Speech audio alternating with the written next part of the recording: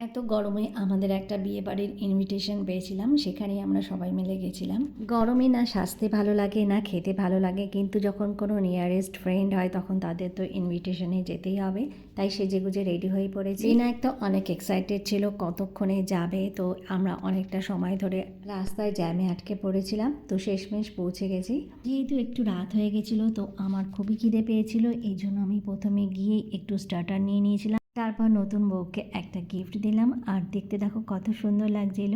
স্টার্টারে অনেক কিছু ছিল, কিন্তু আমি নিয়েছিলাম রেশমি কাবাব। এই রেশমি কাবাবটা কিন্তু আমার খেতে খুবই ভালো লাগে। আর এখানে হয়েছিল ফিশ বল, বেশি নেইনি, মাত্র দুটো নিয়েছিলাম।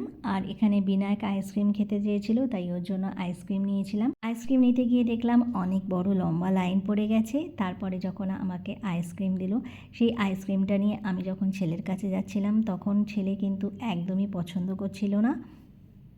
যেহেতু এটা অরেঞ্জ কালার আইসক্রিম ছিল, যদি চকলেট কালার হতো ও খুবই পছন্দ করতো। তারপর আমি এই আইসক্রিমটা অন্য কাউকে দিয়ে দিলাম। নেমন্তন্ন বাড়িতে একটা সময় আসে যখন অনেক লোকজন একসাথে হয়ে যায়, তো অনেক ভিড় হয়ে যাবে বলে আমি তাড়াতাড়ি করে খেতে চলে গেছিলাম। এখানে কিছু কুলচা, তারপরে কাবাব, পনির এইসব ছিল, কিন্তু আমি প্রথমেই বিরিয়ানি নিয়েছিলাম, আর কিছু নেইনি। বিরিয়ানিটা যেহেতু আমার খুবই পছন্দের, শুরুতেই আমি এক প্লেট ভরে চিকেন বিরিয়ানি নিয়ে নিয়েছিলাম, আর তারপরে একটা টেবিলে বসে আস্তে আস্তে খাচ্ছিলাম। চিকেন বিরিয়ানির ফ্লেভারটা কিন্তু খুবই ভালো হয়েছিল, আর খেতেও কিন্তু খুবই টেস্টি ছিল। শুধু বিরিয়ানি খেয়েই আমার কমপ্লিট হয়ে গেছে, আর কোনো ডেজার্ট আইটেম নেইনি। এরপরে আমরা সবাই মিলে একটুখানি ভিডিও তুলছিলাম, বিনায়কের বাবাও ছিল, আর এখানে সব বাচ্চারা একসাথে খেলা করছিল। সব পার্টিতে এলে অনেক ফ্রেন্ডসদের সাথে দেখা হয়, তো অনেক দিন পরে দেখা হলে খুবই ভালো লাগে। তো গরম পড়েছে, এই জন্য আমি ডিসাইড করেছিলাম একটুখানি লাইট কালারের কিছু ড্রেস পরবো। এই জন্য একদমই লাইট কালার বিস্কুট কালারের একটা শাড়ি পরেছিলাম, আর খুবই সিম্পলভাবে সেজেছিলাম। যাই হোক, এখানে অনুষ্ঠান বাড়িটা অনেক বড় ছিল, অনেক জায়গা জুড়ে প্যান্ডেলটা হয়েছিল। ওয়েদারটা যদি একটু ঠান্ডা থাকতো তাহলে কিন্তু বেশ ভালো লাগতো। আর কি করা যাবে, সবাই যখন এই গরমের মধ্যে বিয়ে করতে চায় তাই জন্য আমাদের জোর জবরদস্তি যেতে হয়। তো এখানে আমি কিছু ভিডিও শ্যুট করছিলাম।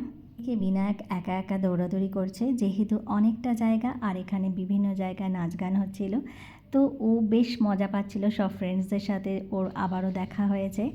আমি এখানে মকটেল নিতে চলে গেছিলাম, আর কিভাবে বানাচ্ছিল সেটাকে দেখছিলাম। বিভিন্ন জুস দিয়ে, লেমন, পুদিনা পাতা, মশালা, আর এখানে বরফ দিয়ে সুন্দর করে সবাইকে বানিয়ে দিচ্ছিল।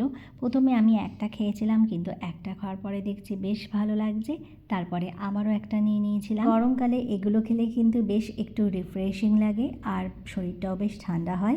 যাই হোক, এই গরমে বিয়েবাড়িটা বেশ ভালোই কেটেছে। 10টা বেজে গেছিলো, কিন্তু এখনও পর্যন্ত বরযাত্রী আসেনি। আর কতক্ষণ ওয়েট করব, যেহেতু গরমও পড়ে গেছে খুব, এই জন্য আর ওয়েট না করে আমরা তাড়াতাড়ি বাড়ির উদ্দেশ্যে রওনা দিয়ে দিয়েছিলাম। রাত 10টা বাজে, তো আমরা সবাই এখনই বেরিয়ে পড়েছি। আর এখানে দেখো সবাই ফুচকা খাচ্ছে, তো ওদের ডিনার হতে হতে রাত্রি 12টা। যাই হোক, আজকের ব্লগটা এখানেই শেষ করছি। সবাই ভালো থাকবে।